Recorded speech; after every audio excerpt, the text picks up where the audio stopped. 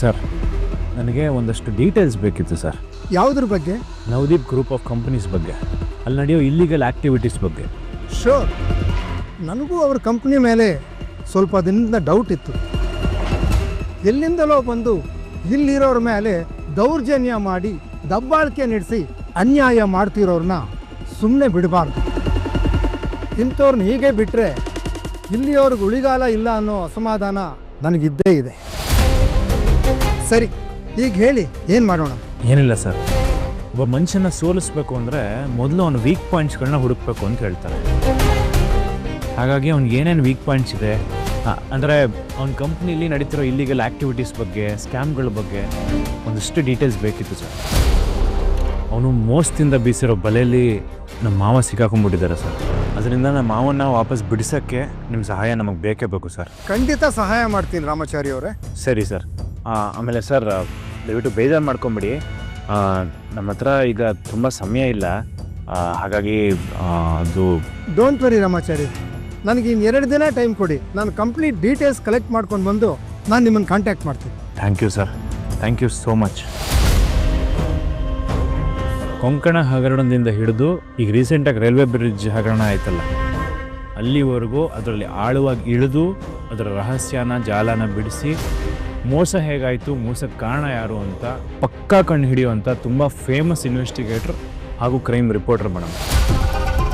ಇವರು ದುಡ್ಡು ಕಾಸಿಗೆ ಆಸೆ ಪಡಲ್ಲ ಮೇಡಮ್. ನ್ಯಾಯ ಎಲ್ಲಿದೆಯೋ ಅಲ್ಲಿ ಸಹಾಯ ಹಸ್ತ ನೀಡ್ತಾರೆ ಅಂತ ಜನ ಮಾತಾಡ್ತಾರೆ. ಅಂಥವರು 2 ದಿನದಲ್ಲಿ ಎಲ್ಲ ಡೀಟೇಲ್ಸ್ನು ಕಲೆಕ್ಟ್ ಮಾಡಿ ನನಗೆ ಕೊಡ್ತಾರೆ ಅಂತ ಹೇಳಿದ್ದಾರೆ ಅಂದಮೇಲೆ ಖಂಡಿತ ಅವ್ರು ಕೊಡ್ತಾರೆ ಅನ್ನೋ ನಂಬಿಕೆ ನನಗಿದೆ. ನೀವು ಯಾವುದ್ರ ಬಗ್ಗೆನೂ ಯೋಚನೆ ಮಾಡಬೇಡಿ. ಈಗ ನಮಗೊಂದು ದಾರಿ ಸಿಕ್ಕಿದೆ, ಎಲ್ಲ ಒಳ್ಳೆಯದೇ ಆಗುತ್ತೆ.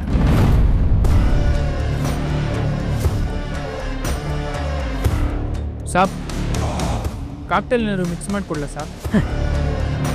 ಈ ಸಿಚುವೇಶನ್ ಏನು ಮಾಡ್ಬೇಕಂತ ತಲೆ ಓಡ್ತಾ ಇಲ್ಲ. ನಾನು ಟೆನ್ಷನಲ್ಲಿ ಇದ್ದೀನಿ. ಈ ಜೋಕ ಅಲ್ಲ ಸಾಬ್, ಡ್ರಿಂಕ್ಸ್ ತಗೊಂಡ್ರೆ ಸ್ವಲ್ಪ ರಿಲ್ಯಾಕ್ಸ್ ಆಗ್ತಿರಲ್ಲ, ಅದಕ್ಕೆ ಕೇಳಿದೆ. ರಿಲ್ಯಾಕ್ಸ್ ಆಗೋ ಟೈಮ್ ಅಲ್ಲ, ನಾವು ಸಕ್ಸಸ್ ಆಗೋಕ್ಕೆ ಪ್ಲ್ಯಾನ್ ಮಾಡೋ ಟೈಮ್. ಅದಕ್ಕೆ ಈಗ ಬೇಕಾಗಿರೋದು ಡ್ರಿಂಕ್ಸ್ ಅಲ್ಲ, ಒಳ್ಳೆ ಐಡಿಯಾ. ಆ ರಾಮಾಚಾರಿನ ಸಾಯಿಸಬೇಕು, ಆ ಚಾರು ಹೊಟ್ಟೆಲಿರುವ ಮಗುನ ಕ್ಲಿಯರ್ ಮಾಡಬೇಕು. ಅದಕ್ಕೆ ಏನಾದರೂ ಪ್ಲ್ಯಾನ್ ಕೊಡೋ. 2 ಕಾಮ್ ಆದರೆ ಮಾತ್ರನೇ ನಾವು ಅಂದ್ಕೊಂಡಿರುವ ಕೆಲಸ ಸಕ್ಸಸ್ ಆಗೋದು. ಈಗ ನಾನೆಲ್ಲಾದರೂ ಅವ್ರಿಗೆ ಡೈರೆಕ್ಟಾಗಿ ಅಟ್ಯಾಕ್ ಮಾಡಿದರೆ ಅವ್ರು ಎಲರ್ಟ್ ಆಗ್ತಾರೆ. ಅದಕ್ಕೆ ನಾನು ಇಂಡೈರೆಕ್ಟಾಗಿ ಹೋಗಿ ಅವ್ರನ್ನ ಸಾಯಿಸಬೇಕು. ಅದು ಕೇಸೆ ಅಂತೇಳಿ ನನಗೆ ಗೊತ್ತಾಗ್ತಾ ಇಲ್ಲ. ನೀನು ನೋಡಿದರೆ ಡ್ರಿಂಕ್ಸ್ ಅಂತೆ, ಕಾಕ್ಟೇಲ್ ಅಂತೆ. ತುಪ್ಪೆ. Excuse me sir. ಓ ಪುರುಷೋತ್ತಮ್, ನಾನೇನು ಇನ್ಫಾರ್ಮೇಷನ್ ಕೇಳಿಲ್ಲ ಅಲ್ವಾ? ಆದರೆ ನಿಮ್ಮ ಬಗ್ಗೆ ಬೇರೆಯವರು ಇನ್ಫಾರ್ಮೇಷನ್ ಕೇಳಿದಾರಲ್ಲ ಸರ್? ವಾಟ್? ನನ್ನ ಬಗ್ಗೆ ಯಾರು? ಸಾಬ್, ರಾಮಾಚಾರಿ ಅನ್ನೋರು ನಿಮ್ಮ ಬಗ್ಗೆ ಡೀಟೇಲ್ಸ್ ಕಲೆಕ್ಟ್ ಮಾಡ್ಕೊಂಬರಕ್ಕೆ ಹೇಳಿದ್ದಾರೆ.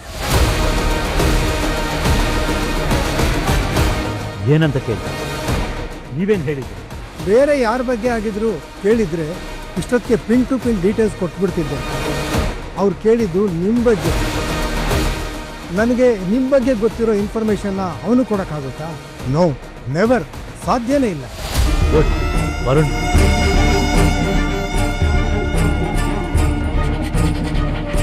ಮುಂದೆ ಏನು ಮಾಡಬೇಕು ಅಂತ ಅರ್ಥ ಆಗಿರ್ಬೇಕು ತಾನೆ? ಅವನು ದಿಕ್ಕು ತಪ್ಪಿಸ್ಬೇಕು, ಅಷ್ಟೇ ತಾನೇ? ನೋ, ಅವನ ದಿಕ್ಕಲ್ಲೇ ಇರಬೇಕು. ಅಂದರೆ ನನ್ನ ಕಡೆನೇ ಇರಬೇಕು. ಅವನನ್ನು ಬೇಟೆ ಆಡೋದು ಹೇಗೆ ಅಂತ ಥಿಂಕ್ ಮಾಡ್ತಾ ಇದ್ದೆ. ಆದರೆ ಅವನೇ ನನ್ನನ್ನು ಹುಡ್ಕೊಂಡು ಬರ್ತಿದ್ದಾನೆ. ಅಂದರೆ ಬಲಿಕ ಬಕ್ರ ರೆಡಿ ಹೋಗೆ ಅಂತೇಳಿ ಅರ್ಥ.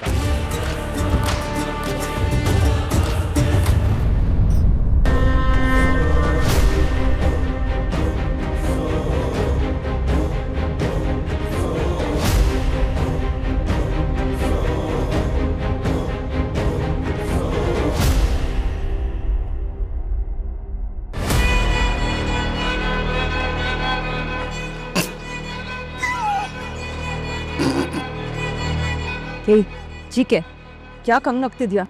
ಎಲ್ಲರಿಗೂ ಎಲ್ಲರ ಜೀವನದಲ್ಲೂ ಒಂದು ಗುರಿ ಅಂತ ಇರುತ್ತೆ. ಆದರೆ ನಿನ್ನ ತಲೆ ಮೇಲಿರೋ ಆ ಕಿರೀಟಕ್ಕೆ ಯಾವ ಗರಿನ ಸಿಗಿಸ್ಕೋಬೇಕು ಅಂತ ಈ ಪರಿ ಕಷ್ಟಪಡ್ತಾ ಇದೆಯಾ ಅಂತ ಗೊತ್ತಾಗ್ಲಿಲ್ಲ. ಸೇಡು, ಆ ಚಾರು ಮೇಲಿರೋ ಸೇಡು, ಅದೇ ನನ್ನ ಗುರಿ. ಅಯ್ಯೋ ತಾಯಿ, ನಿನಗೆ ನನ್ನ ಮೇಲೆ ಸೇಡಿತ್ತು ಅಂತಂದ್ರೆ ನೀನು ಬಂದು ನನ್ನ ಹೊಡಿಬೇಕು. ಅದು ಬಿಟ್ಬಿಟ್ಟು ಬೇರೆ ಯಾರೋ ನನ್ನ ಹೊಡೆದ್ರು ಅಂತ ನೀನು ಖುಷಿ ಪಡ್ತೀಯಲ್ಲ, ಅದನ್ನ ಸೇಡು ಅನ್ನಲ್ಲ, ಅದು ನಿನಗೆ ಬಂದಿರೋ ಕೇಡು ಅಂತಾರೆ. ಅಲ್ಲ, ಅಗ್ನಿ ಸಾಕ್ಷಿಯಾಗಿ ಮದುವೆ ಆಗಿದ್ಯಾ, ಮುತ್ತನಂತ ಗಂಡ ಇದ್ದಾನೆ, ಅವನ ಜೊತೆಗೆ ಖುಷಿಯಾಗಿ ಸಂತೋಷವಾಗಿ ಜೀವನ ನಡೆಸೋದು ಬಿಟ್ಬಿಟ್ಟು ಯಾವುದೋ ಅಳ್ಸೋಗಿರೋ ಸೇಡನ್ನ ಹಿಡ್ಕೊಂಡು ಹಿಂಗೆ ಅಲ್ದಾಡ್ತಾ ಇದೆಯಲ್ಲ, ಇದನ್ನ ಕಾಮಿಡಿ ಎಂದೆ ಇನ್ನೇನಮ್ಮ ಅನ್ಬೇಕು? ನೋಡೋ, ಈ ಪ್ರೀತಿ, ಈ ಪ್ರೇಮ, ಈ ಸೇಡು ಇದೆಲ್ಲ ಪರ್ಸ್ನಲ್ಲು. ಇದನ್ನ ನಾವು ಬೇರೆಯವ್ರ ಬಾಲ ಆಗಿ ತೀರ್ಸಕ್ಕೆ ಅಂತ ಹೋದ್ರೆ ತೀರೋಗೋದೇನೇಳೋ, ಹಂಗೆ ಹೋಗಿರ್ತೀವಲ್ಲ ನಮ್ಮ ಆಯಸ್ಸು, ಅದನ್ನು ತಿಳ್ಕೊ. ನೋಡು, ಒಂದು ವಿಷಯ ಹೇಳ್ತೀನಿ, ಕೇಳಿಸ್ಕೊ.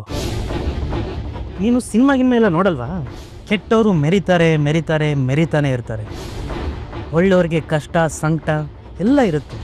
ಆದರೆ ಕೆಟ್ಟವರ ಒಂದು ಜೀವನ ಕೊನೆಗೆ ನರಕ ಆಗೋಗುತ್ತೆ. ಎಷ್ಟೇ ಹಣ ಇದ್ದರೂ ಹೆಣ ಹೊರಕ್ಕೂ ಗತಿ ಇಲ್ದಿರೋ ಸಾವು ಬಂದ್ಬಿಡುತ್ತೆ. ನೀನು ಈ ಮಾನ್ಯತೆಯ ಜೊತೆ ಇದ್ದರೆ ನಿನಗೂ ಅಂತ ಸಾವೇ ಬರುತ್ತೆ. ಅದು ಬೇಕಾ? ಅಂದ್ರೆ ಧರ್ಮ ಅಧರ್ಮ ಇದರ ನಡುವೆ ನಡೀತಾ ಇರೋ ಯುದ್ಧ ಇದು. ಇದರಲ್ಲಿ ಗೆಲ್ಲೋದು 100% ಆ ಚಾರು ರಾಮಚಾರಿ ಅದ್ಭುತವಾದ ಜೋಡಿ, ಅಮರ ಪ್ರೇಮಿಗಳು. ಆ ಚಾರು ಬಂದು ಚಾರ್ಜ್ ಮಾಡೋದು, ಆ ರಾಮಚಾರಿ ನಿಂತು ಫೇಸ್ ಮಾಡೋದು, ಇದನ್ನೆಲ್ಲ ನಾನು ನೋಡಿರೋದ್ರಿಂದ ಹೇಳ್ತಾ ಇದ್ದೀನಿ. ಈ ಮಾನ್ಯತ ಅವಳು ಹೋಗ್ತಿರೋ ದೋಣಿಗೆ ಅವಳೇ ತೂತ್ ಮಾಡಿ ಒಳಗಡೆ ನೀರನ್ನ ನುಗ್ಗಕ್ಕೆ ಬಿಟ್ಬಿಟ್ಟು ಇದೇ ದೊಡ್ಡ ಸಾಧನೆ ಅಂತ ಚಪ್ಪಾಳೆ ತಟ್ಕೊಂಡು ನಿಂತವಳೆ. ದ ಗ್ರೇಟ್ ಮಾನ್ಯತಾ ಎಡ್ರೋಸ್ ಅವರು ತಾನು ಎತ್ತಿರೋ ಮಗಳು ಜೀವನನೂ ಹಾಳು ಮಾಡಿ ಅವಳ ಜೀವನಕ್ಕೂ ಅವಳೇ ಬೆಂಕಿ ಇಟ್ಕೊಂಡು ಟ್ರ್ಯಾಜಿಡಿ ಪೀಸ್ ಆಗ್ತಿರೋ ಕಾಮಿಡಿ ಪೀಸ್ ಅದು ಅಲ್ಲ. ಅದ್ರ ಜೊತೆ ಸೇರಿಕೊಂಡು ನೀನು ಯಾಕೆ ನಿನ್ನ ಜೀವನನ ಹಾಳು ಮಾಡ್ಕೊತಾ ಇದೆಯಾ? ಹೂವಿನ ಜೊತೆ ನಾರು ಸ್ವರ್ಗಕ್ಕೆ ಹೋದಂಗೆ ನೀನು ಯಾಕೆ ಈ ಹಾವಿನ ಜೊತೆ ನೀನು ನರಕಕ್ಕೆ ಹೋಗ್ತೀನಿ ಅಂತ ಕುಣಿತಾ ಇದೆಯಾ? ಬುದ್ಧಿ ಇಲ್ವಾ ನಿಂಗೆ? ನೋಡೋ, ಮತ್ತೆ ಹೇಳ್ತಾ ಇದ್ದೀನಿ, ಇಲ್ಲಿ ಸಾಯೋದು ಆ ಮಾನ್ಯತ. ನೀನೇನಾದರೂ ಅವಳ ಜೊತೆಗಿದ್ರೆ ನೀನು ಕಂಪ್ನಿ ಕೊಡ್ತೀಯ. ಇಲ್ಲಿ ಗೆಲ್ಲೋದು ಚಾರು ರಾಮಚಾರಿ. ಏನೋ ಹೇಳ್ತಾ ಇದೆ ಅದು ರೋಸ್. ಅದು ಏನು ಹೇಳ್ತಿದ್ದೆ ಅಂತಂದರೆ, ಈ ರೀತಿ ಎಲ್ಲ ಹೇಳಿದ್ರೆ ರುಕ್ಕು ಬದಲಾಗ್ತಾಳೋ ಇಲ್ವೋ ಅಂತ ನಾನು ಚಕ್ಕು ಮಾಡ್ತಾ ಇದ್ದೆ. ವಾಟ್ ಎ ಬಾಂಡಿಂಗ್ ನಿಮ್ಮಿಬ್ಬರದು. ಏನು ಹೇಳಿದ್ರು ಬದಲೇ ಆಗಿಲ್ಲ, ನಿಮ್ಮನ್ನು ಬಿಟ್ಟೇ ಕೊಡಲಿಲ್ಲ. I like it. ಮುಚ್ಚು ಬಾಯ್. ನಾನು ಎಲ್ಲ ಕೇಳಿಸ್ಕೊಂಡೆ. ಇನ್ನೊಂದ್ಸಲ ಒದೆ ಅಲ್ಲ ಕೊಂದು ಹಾಕ್ತೀನಿ. ರುಕ್ಕು ಬಾ. ನಿಂಗಿದು ಬೇಕಿತ್ತ ಮಗನೇ, ಹೋಗಿ ಪಾಚ್ಕೋತೀನಿ ಸುಮ್ಮನೆ.